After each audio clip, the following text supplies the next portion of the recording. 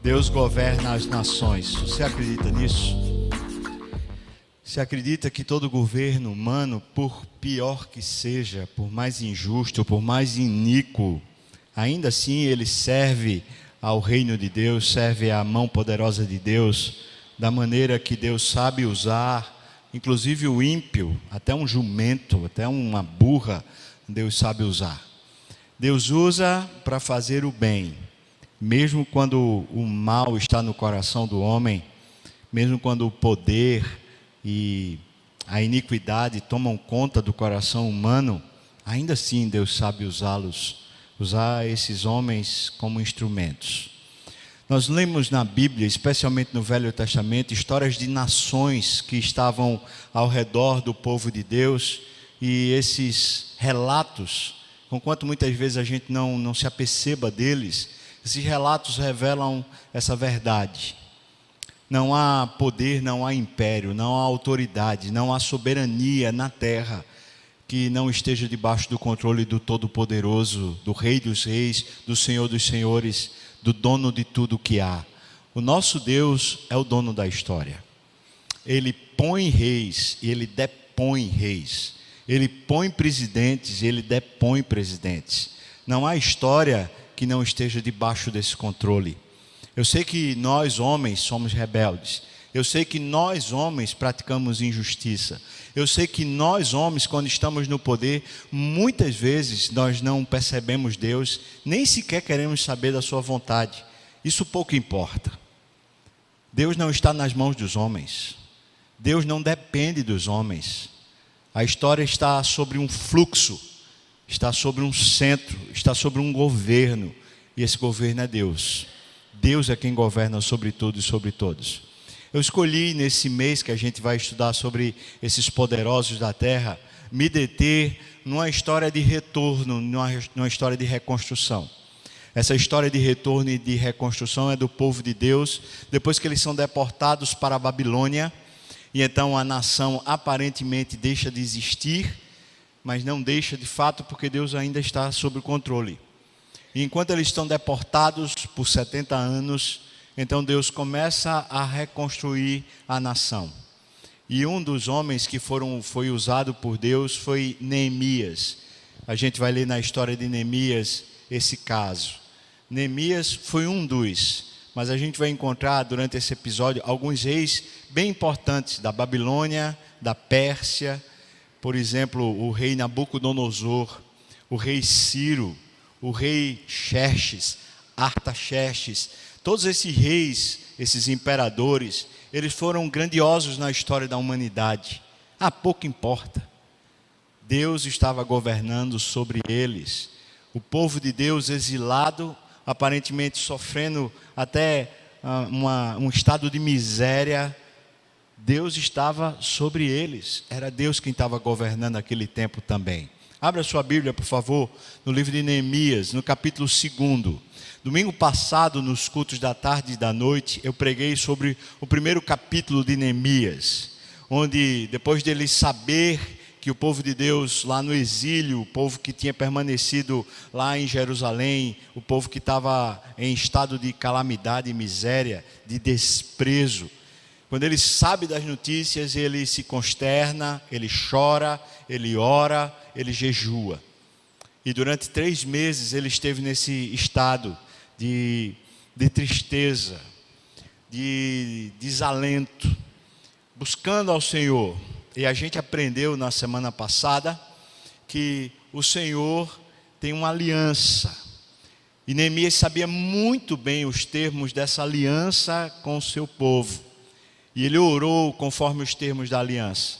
A principal lição que tiramos do capítulo 1 foi que o povo de Deus, homens e mulheres de Deus na história, precisam aprender a colocar seu coração nos termos da aliança com Deus. Quando o nosso coração está nos termos dessa aliança, a gente pode viver bem, apesar dos impérios e soberanias dos homens. A gente pode ter o coração renovado, um coração disponível a Deus, um coração que, apesar da tristeza, é usado poderosamente para fazer diferença. No capítulo 2, a gente começa a história de Neemias agora, ainda lá na Pérsia, ainda servindo ao rei Artaxerxes, ainda como copeiro do rei, mas esse momento é um momento de resposta de oração. Vamos ler o capítulo 2, eu vou pedir para você ler, por favor, comigo. Eu vou ler os versículos ímpares e você vai ler os versículos pares. E eu vou pedir para você fazer essa leitura assim, para fora, tá bom? Você lê mesmo. Lê com a voz audível para você ouvir a sua voz, prestando bastante atenção em cada palavra. Diz assim então o texto do capítulo 2. No mês de Nissan, no ano 20º do rei Artaxerxes, uma vez posto o vinho diante dele, eu o tomei para oferecer e lhe o dei. Ora, eu nunca antes estivera triste diante dele.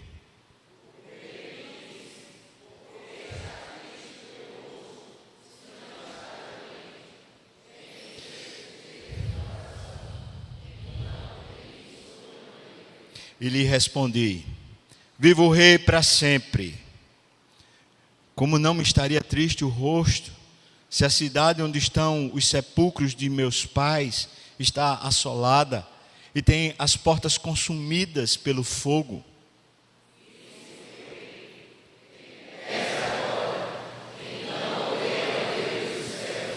E disse ao rei: se é do agrado do rei, e se o teu servo acha mercê em tua presença, peço que me envies ajudar a cidade dos sepulcros de meus pais, para que eu a reedifique.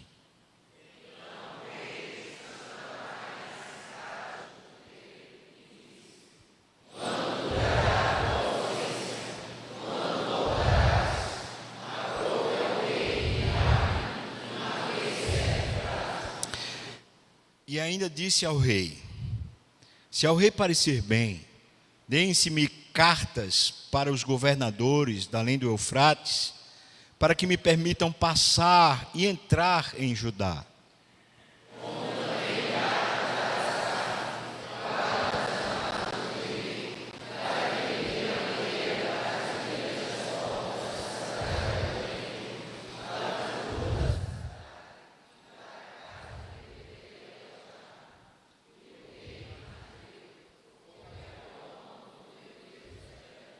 Porque a boa mão do meu Deus era comigo.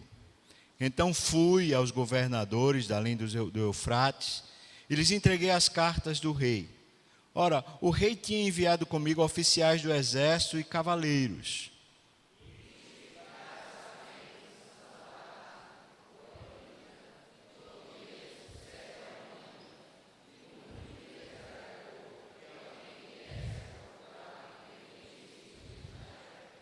Cheguei a Jerusalém, onde eu estive 3 dias.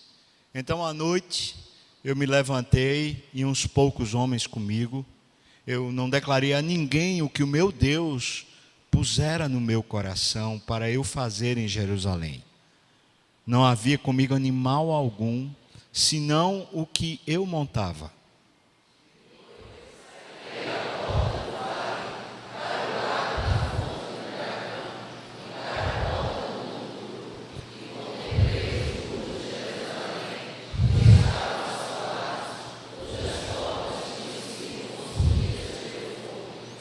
Passei à porta da fonte e ao açude do rei, mas não havia lugar por onde passasse o animal que eu montava.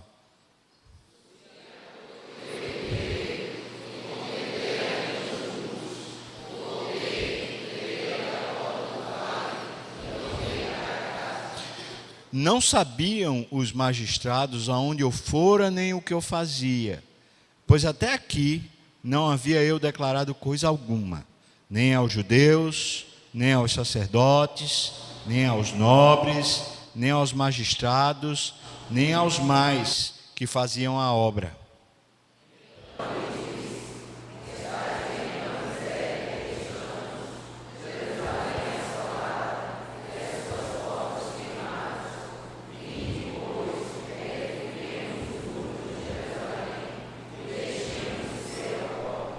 E lhes declarei como a boa mão do meu Deus estivera comigo, e também as palavras que o rei me falara.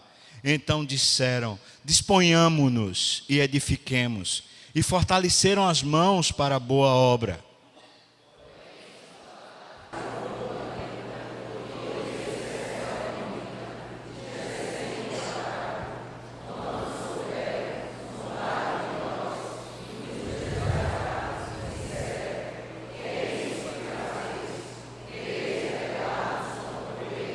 Então lhes respondi: o Deus dos céus é quem nos dará bom êxito.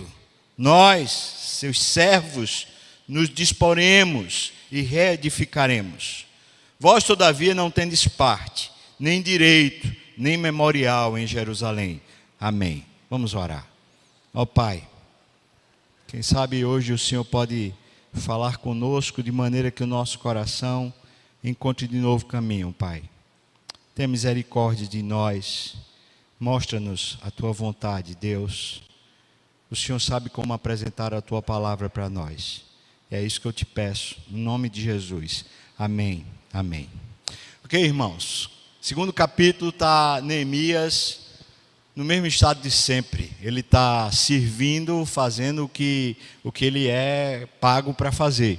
Ele é funcionário do rei, ele é servidor público, e ele está lá entregando a sua comida para o rei. Mas dessa vez, nesse episódio, 3 meses depois de ter recebido a notícia, mais ou menos por volta do mês de março ou abril do nosso calendário, enquanto ele está lá servindo o rei, então o aspecto de tristeza do seu rosto não consegue ser escondido.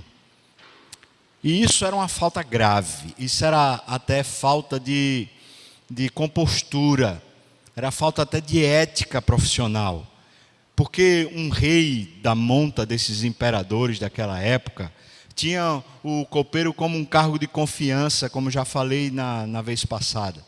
Isso quer dizer que aquele homem que lhe servia era de alguma maneira a maior segurança que ele tinha de que ele não comeria nem beberia algo envenenado. E se esse homem está triste, significa que talvez esse homem esteja participando de um conluio ou esteja debaixo de uma opressão de conluio e ele está servindo talvez comida ou bebida envenenada. Esse era o risco. É por isso que ele diz que quando o rei Artaxerxes perguntou: por que é que você está triste? Por que é que você está me servindo dessa maneira? E então ele ficou atemorizado. O rei não precisava perguntar isso para o copeiro. Isso mostra o grau de confiança que esse rei tem em Neemias. Ele poderia simplesmente mandar matar. E era esse o grau, era esse o ponto. Ou seja, se o rei em algum aspecto perdesse a capacidade de confiança, era para mandar matar o copeiro na hora. Afinal de contas, esse cargo de confiança, a confiança era a única coisa que o mantinha no cargo. O rei tinha, de fato, essa confiança em Neemias. Isso eu queria já destacar uma grande lição.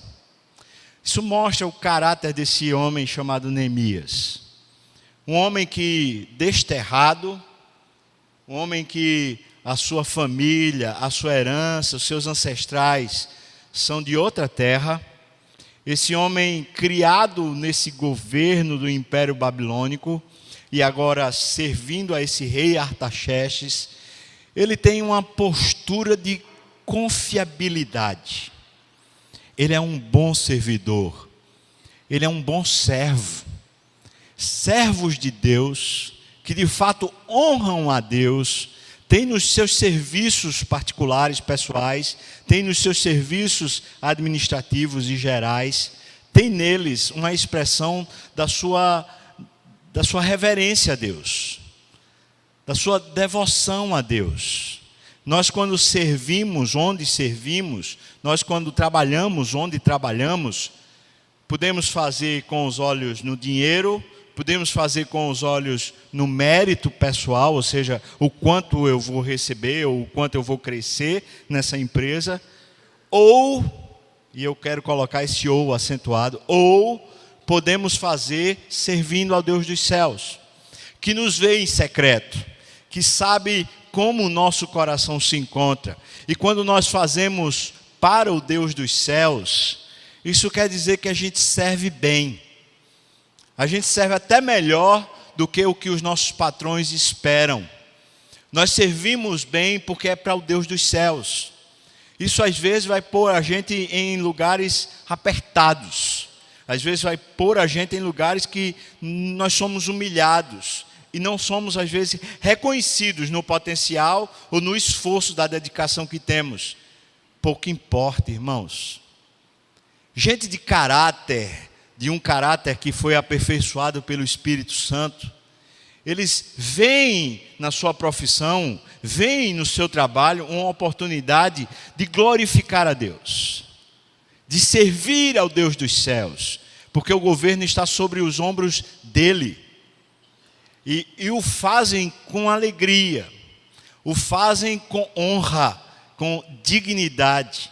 Me parece que o brasileirismo, essa coisa da nossa cultura de dar um jeitinho, de fazer as coisas só para inglês ver, esse jeitinho, parece que muitas vezes toma conta também do povo, por assim dizer, o povo de Deus. Às vezes não estamos servindo de verdade a Deus. Ou estamos servindo aos nossos propósitos, que lá em Filipenses Paulo chama de nosso umbigo, o Deus do ventre, ou estamos servindo aos homens. Mas quando estamos servindo a Deus, nós fazemos com integridade, com caráter. Fazemos para o Deus que vê, e Ele vê. E o Pai que te vê em secreto Ele te recompensará. Amém. Está aqui. Artaxerxes conseguiu confiar em Neemias, mesmo ele estando contristado, mesmo ele estando num estado que era irregular. Mas Artaxerxes pergunta a ele: o que é que está acontecendo? Por que é que você está desse jeito? E então a resposta de Neemias revela a ponderação e também a credibilidade. Ele fala: viva para sempre o rei. Em outras palavras, o que ele está dizendo: rei, não há nenhum motim, não há nada de pressão por trás, tá? Ninguém está querendo lhe matar. Viva para sempre o Senhor. O meu motivo de tristeza não diz respeito ao seu império. Meu motivo de tristeza diz respeito ao meu povo. Diz respeito à situação que se encontra o meu povo. É por isso que eu estou triste.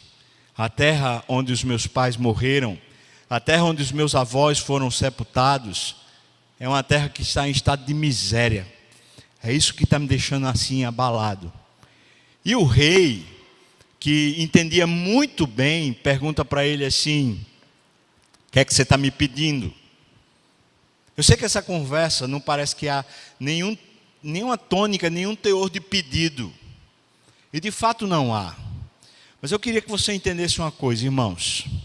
Quando nós estamos de fato orando e colocando o nosso coração na disposição da nossa aliança com Deus, quando nós de fato estamos recuperando a nossa energia emocional, na confiança de que Deus nos ama, de que Deus sabe cuidar de nós.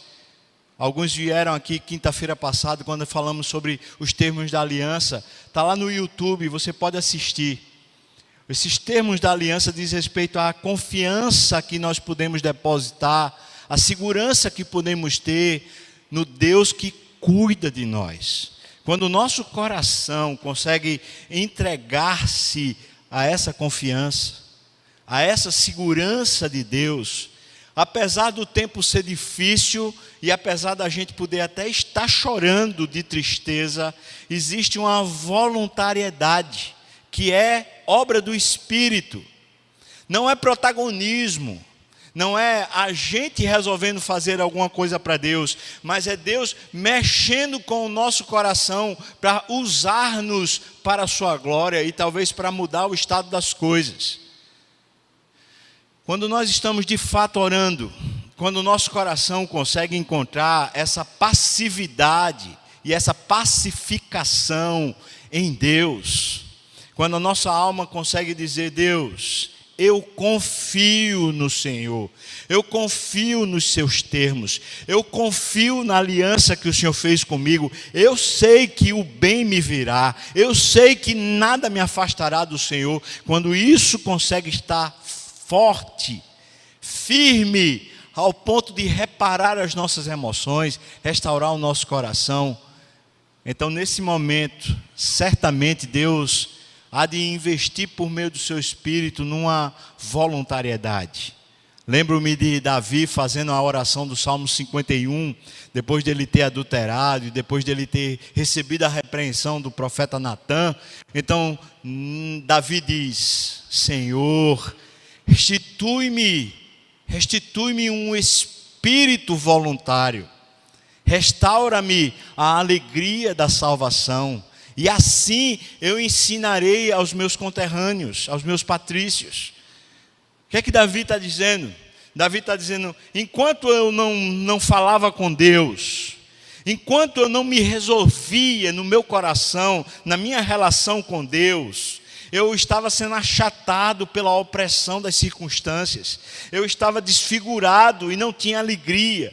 Mas quando finalmente eu pude falar com Deus sobre a minha situação e pude confiar na sua salvação, o meu coração pôde voltar a se alegrar e eu pude ter de novo uma voluntariedade, um espírito pronto para servir, um espírito pronto para abençoar.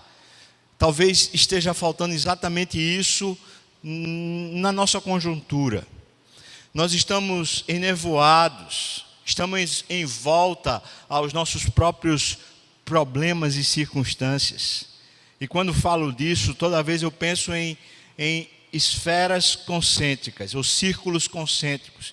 Eu penso, eu por eu mesmo, como é que eu me encontro, como é que eu me vejo, como é que eu me percebo, se eu me percebo de fato diante de Deus como uma pessoa aprovada, amada.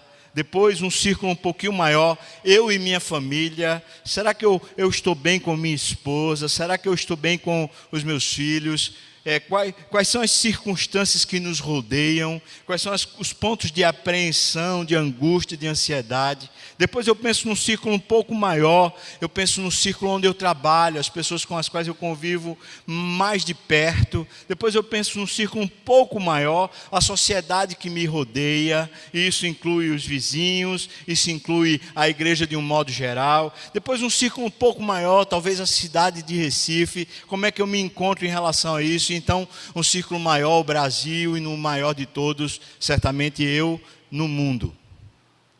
Pensando nesses círculos concêntricos, são as esferas onde eu posso atuar. É claro que eu não tenho nenhuma pretensão, pelo menos não me vejo em nenhuma condição de atuar diante do mundo, nem diante do Brasil, talvez nem diante da cidade de Recife, mas talvez Deus possa me usar diante da igreja, talvez Deus possa me usar diante da minha família, e certamente Deus pode me usar diante de mim mesmo. Quando a gente consegue, através da oração, se restaurar para essa voluntariedade, para essa proposição saudável de: Senhor, me usa, Senhor, faça a sua vontade em mim. Quando a gente consegue restaurar, irmãos, certamente Deus vai começar a nos usar nesses círculos. Primeiro, a nossa percepção pessoal. Quem eu sou? Sabe por quê? Porque na maioria das vezes a gente está muito confuso sobre quem a gente é. E a gente muitas vezes usa o nosso emprego, a nossa família, o nosso status para um processo de afirmação pessoal. É por isso que é tão importante a oração, porque a oração redefine essa identidade. Mas segundo, a gente vai também poder atuar na nossa família. Não há restauração familiar enquanto pessoalmente a gente não consegue ser uma bênção para os outros. Às vezes a gente acha que o problema está no outro, está na esposa. O problema é os filhos que não obedecem ou que não ouvem os conselhos. Mas na maioria das vezes, quando nós resolvemos o nosso coração diante de Deus por meio da oração, a gente passa a ser usado por Deus para abençoar. E aí a gente descobre, como a gente falou na semana passada, no domingo passado, que nós fazemos parte do problema. E Deus é quem é a nossa solução. Dentro da família, nós fazemos parte do problema. O problema não está nos outros, o problema é meu. Dentro da igreja, o problema sou eu. Dentro da sociedade, o problema sou eu. Eu faço parte do todo. E sem essa oração que nos envolve, como ter um espírito abençoador, voluntário, de novo pronto para ensinar os seus patrícios, como ter? É nesse momento, irmãos, que a gente encontra o rei Artaxerxes dizendo para Neemias assim: o que é que você me pede? E veja que ele tem uma resposta pronta, porque o coração dele já está pronto para ser usado pelo Senhor. Ele diz: por favor, me dê cartas para que eu possa atravessar as fronteiras do seu reino, sem impedimento, sem ninguém achar que eu sou de uma sedição, que eu sou de algum motim contra o Senhor. Ponha cartas me dando aval para eu simplesmente passar pelas barreiras. É como se ele estivesse pedindo um visto real, um visto para que ele pudesse passar por todas as barreiras e migrar em todas as fronteiras. Depois ele diz: por favor, também me dê uma carta lá para Asaf, onde estão os recursos reais de reconstrução, onde estão as madeiras, estão os funcionários. Me dê uma carta para Asaf, porque eu quero chegar lá em Asaf, mostrando o decreto do rei, a carta do rei, e pegar os recursos que forem necessários para a reconstrução lá dos muros. O coração de Neemias dá a entender, ele vem sonhando. Não vou usar a palavra sonhando, mas ele vem planejando, ele vem dizendo: Deus, o povo está precisando de uma restauração. Deus, a situação daquela cidade, a situação do meu povo é grave. Deus, o que se pode fazer de diferente ali? E na hora que aparece a oportunidade dada por Deus, o coração dele está pronto. O coração está pronto, a oportunidade chega. O coração está pronto, a oportunidade chega. O coração está pronto, a oportunidade chega. Já aconteceu isso com você? Comigo já aconteceu várias vezes. Enquanto eu vivo inquieto, querendo fazer coisas, pretendendo alcançar patamares, e vou tentando construir a minha vida, construir coisas, muitas vezes eu ando cheio de preocupações, de ansiedade e de crises. Mas quando finalmente eu consigo descansar diante do Senhor e dizer: Deus, eis-me aqui para a tua vontade, faça o que o Senhor bem quiser. E quando eu consigo finalmente confiar no Senhor, muitas vezes aquelas coisas que estavam me angustiando e provocando em mim mal-estar, elas são respondidas por Deus e resolvidas. Nesse processo, quando a gente ora com o coração, e quando o coração de fato passa a contemplar o Senhor, então nós podemos muitas vezes ser usados por Deus para reconstruir. Avós podem ser bênção para reconstruir corações. Eu fico olhando quanta gente aqui dentro dessa igreja, quanta gente experiente, quanta gente madura, quanta gente que ouve a pregação, ouve o evangelho há anos. Gente que pode ser bênção para jovens, gente que pode ser bênção para pessoas que estão começando a vir na igreja. Não faça isso agora, mas depois tente reparar quantas pessoas com rosto diferente no nosso meio, que talvez a gente não conheça bem, que a gente nem sabe de onde é, a gente nem sabe se a pessoa está visitando ou se a pessoa está realmente integrada na igreja. Gente que está precisando de um abraço, gente que está precisando de um olhar, gente que está precisando de restauração, de reconstrução pessoal. E quanta gente aqui, como material humano, gente que tem já um recurso, que já tem uma condição, uma estrutura de vida, que já passou por tantos perrengues, que já venceu tantas etapas, mas é gente que hoje só consegue olhar para os seus próprios umbigos, gente que está ainda construindo o seu próprio reino, que não consegue servir ao Senhor, simplesmente porque não consegue sair de si mesmo, não consegue se olhar diante de Deus, só olha diante dos seus próprios projetos. Quanta gente que Deus quer usar aqui nessa igreja, para ser bênção também nessa sociedade perdida. Quanta gente que está nos círculos de jovens, nos círculos de adolescentes, que estão se pervertendo, irmãos, estão se perdendo, não estão se perdendo por causa da tecnologia, não estão se perdendo por causa do tempo ser mais difícil, eles estão se perdendo porque eles estão sem Deus. E na hora que Deus, com o carinho do seu abraço, com o carinho da sua voz, com a interlocução da sua pessoa, quando Deus se revelar a essas pessoas, certamente elas serão alcançadas pelo Senhor. Netos que precisam ser alcançados, filhos que precisam ser alcançados, maridos que precisam ser alcançados, esposas que precisam ser alcançados.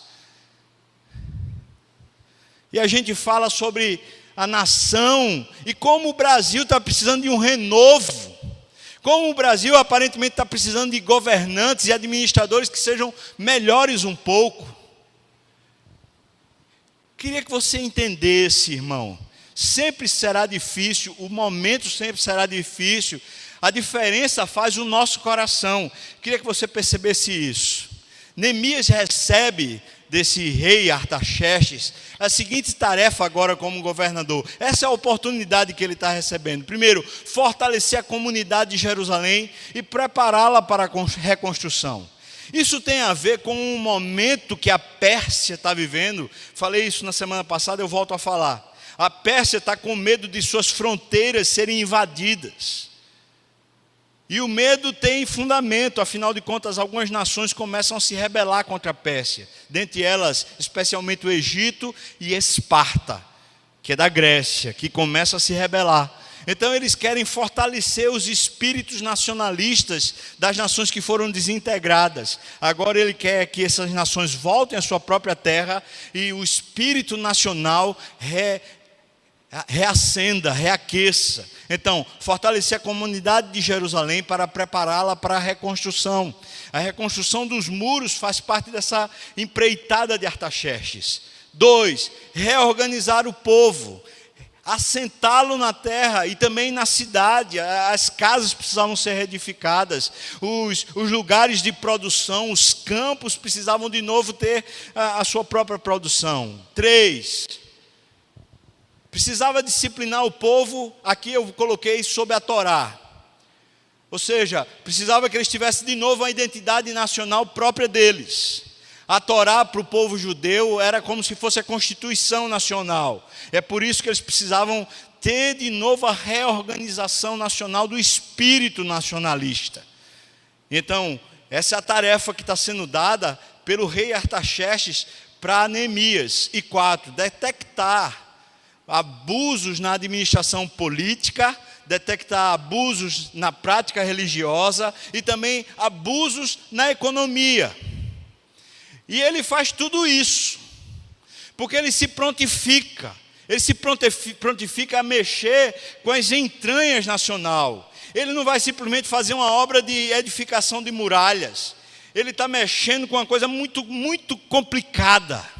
Ele está mexendo com os embrolhos, com os problemas mais internos dos corações, especialmente da nação. Desde 587, Jerusalém não abrigava um governo nacional. E, consequentemente, ela não possuía força e nem poder político. A nação de Israel está dispersa e o povo que está em Jerusalém está sem saber quem é.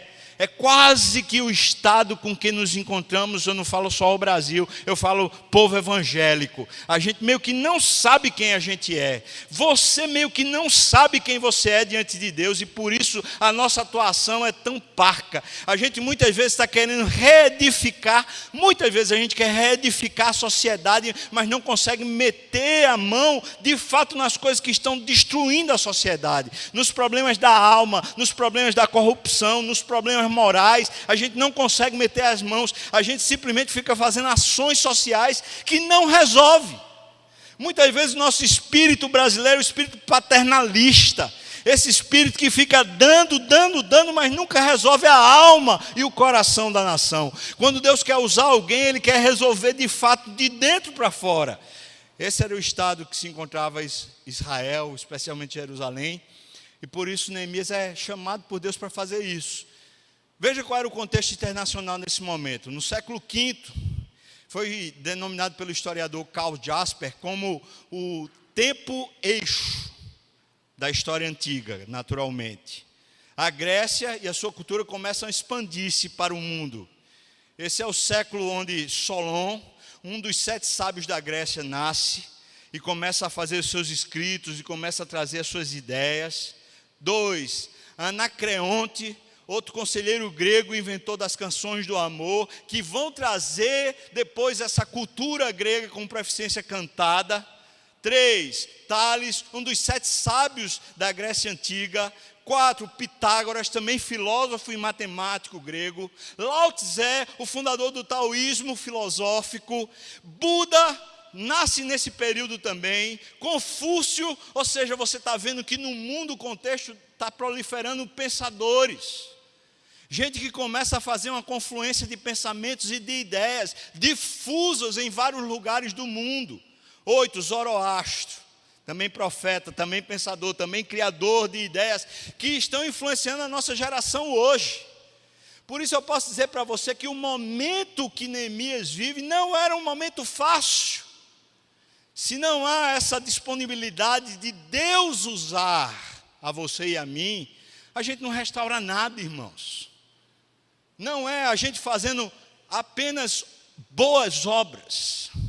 Não é a gente construindo orfanatos ou construindo palanques de boas obras que a gente muda o estado do coração e muda o estado nacional.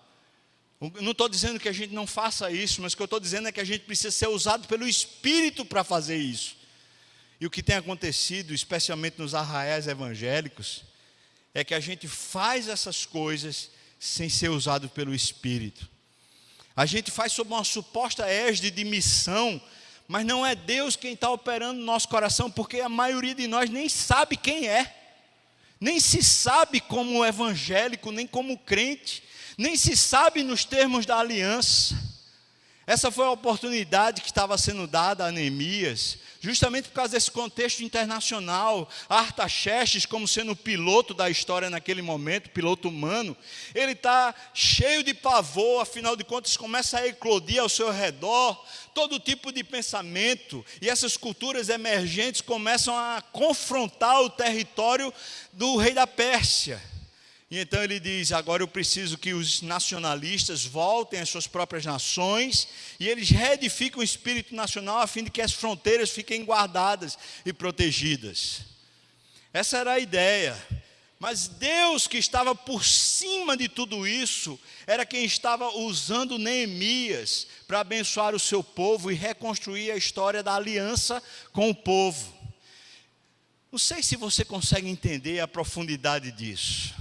Mas enquanto o mundo estava em polvorosa, enquanto as questões eram muito mais questões de fluxo de poder, questões econômicas, questões de homens que são poderosos ou não são, questões de rupturas de pactos, de traição, de desventuras, enquanto as questões sociais, as questões humanas eram essas, por cima da história, Deus estava controlando e com uma pinça Ele estava pegando um copeiro.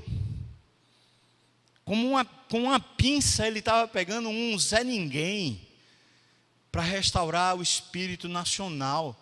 E o espírito nacional do povo de Israel são os termos da aliança com o próprio Deus. Por isso eu posso dizer para você, irmão, que Deus governa o nosso tempo hoje. Alguns falam isso, inclusive Calvino também falou isso. Ontem eu estava lendo um livro de Eugene Peterson, mais uma vez eu li essa frase. Esse tempo de vale, esse tempo de tristeza, esse tempo de secura, esse tempo de perda, é o melhor momento para a gente poder provar a dependência de Deus e o Espírito encher a gente. O tempo que você vive de sufoco é o melhor momento da sua vida para você depender do Senhor. Quase sempre a gente começa a nossa jornada de fé dependendo de Deus, engrandecendo a Deus. Mas eu não sei porquê, em algum momento a gente pega as rédeas de novo e a gente diz, agora eu sei como fazer.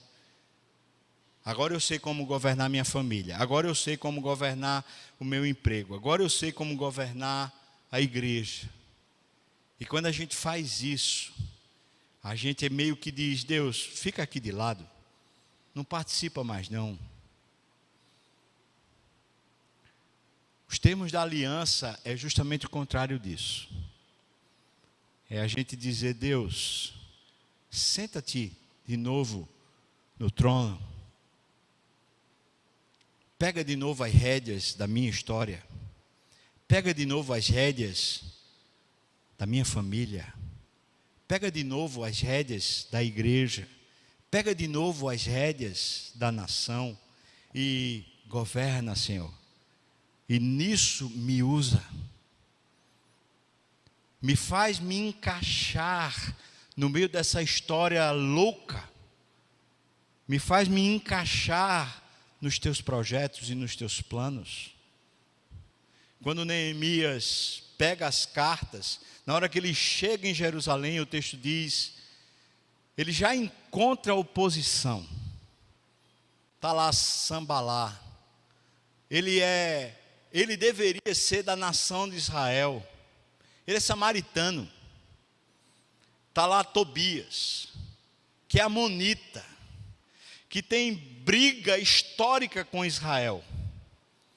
Mas está lá também Gesem, o arábio, que, claro, não ama nada Israel.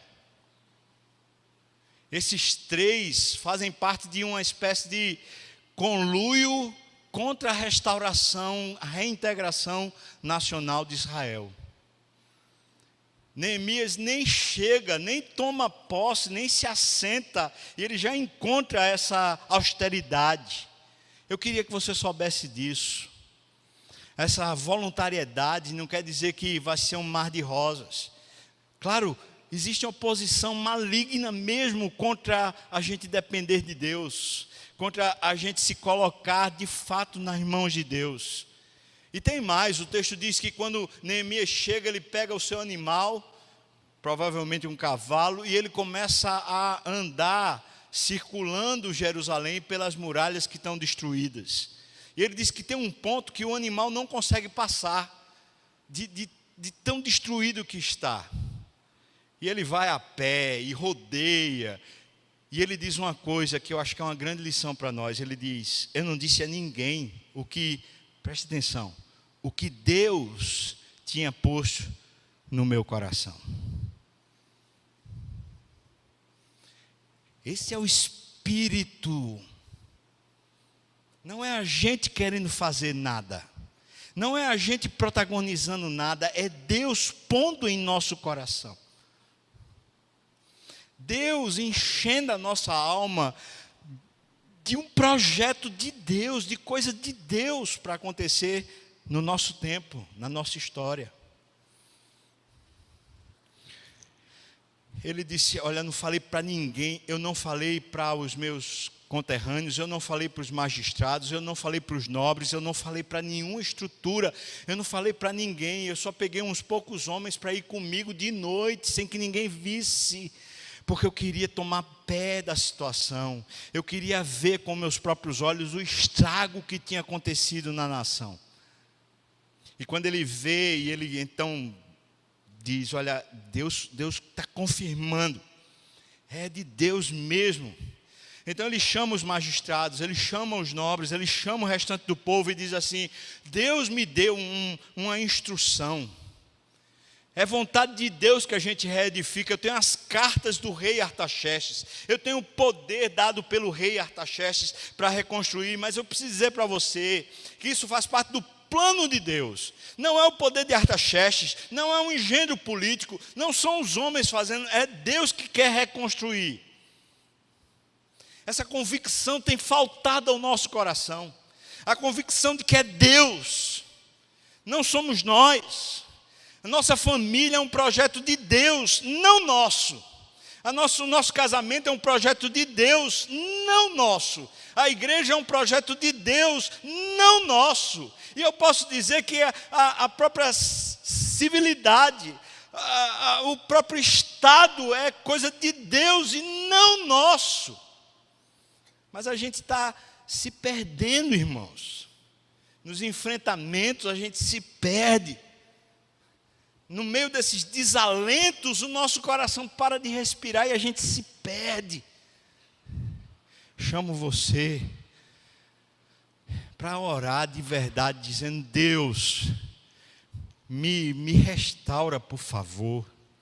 Me faz de novo ver e sonhar com projetos teus, com planos teus, com ideais teus.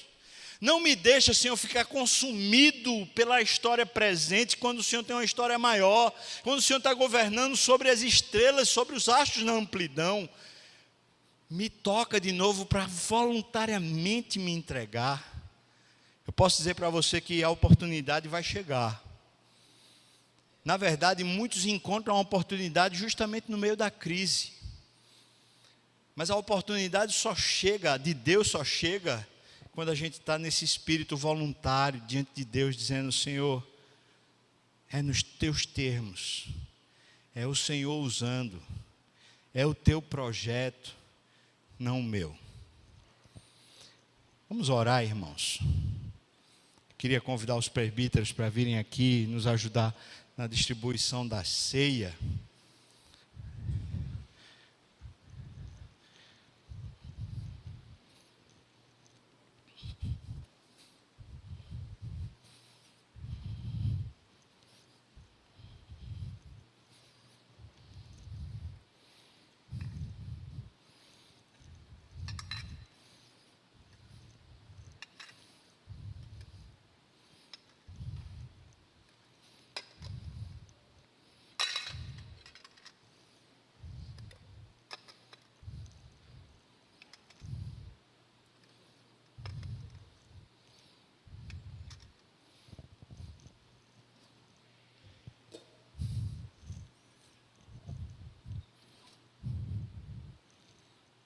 Para cá, Léo.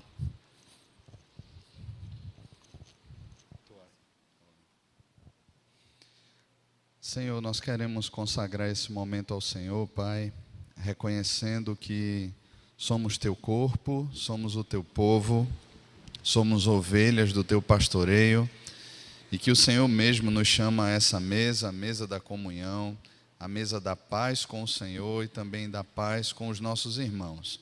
Pedimos aqui a tua bênção sobre nós, sobre esse momento, que seja um momento de festa, de celebração, porque cremos no Senhor ressurreto, no Senhor vivo, no Senhor que nos chama a comunhão com Ele, com os nossos irmãos, e porque também, Pai, anunciamos a tua morte até que o Senhor volte e nos tome para si. No nome de Jesus, consagramos ao Senhor esses elementos, consagramos ao Senhor mais uma vez o nosso coração, e pedimos sobre nós a tua bênção, Pai. Abre os nossos olhos para percebermos a nossa nova identidade, vivermos com o Senhor e para o Senhor, no nome de Jesus. Amém. Amém.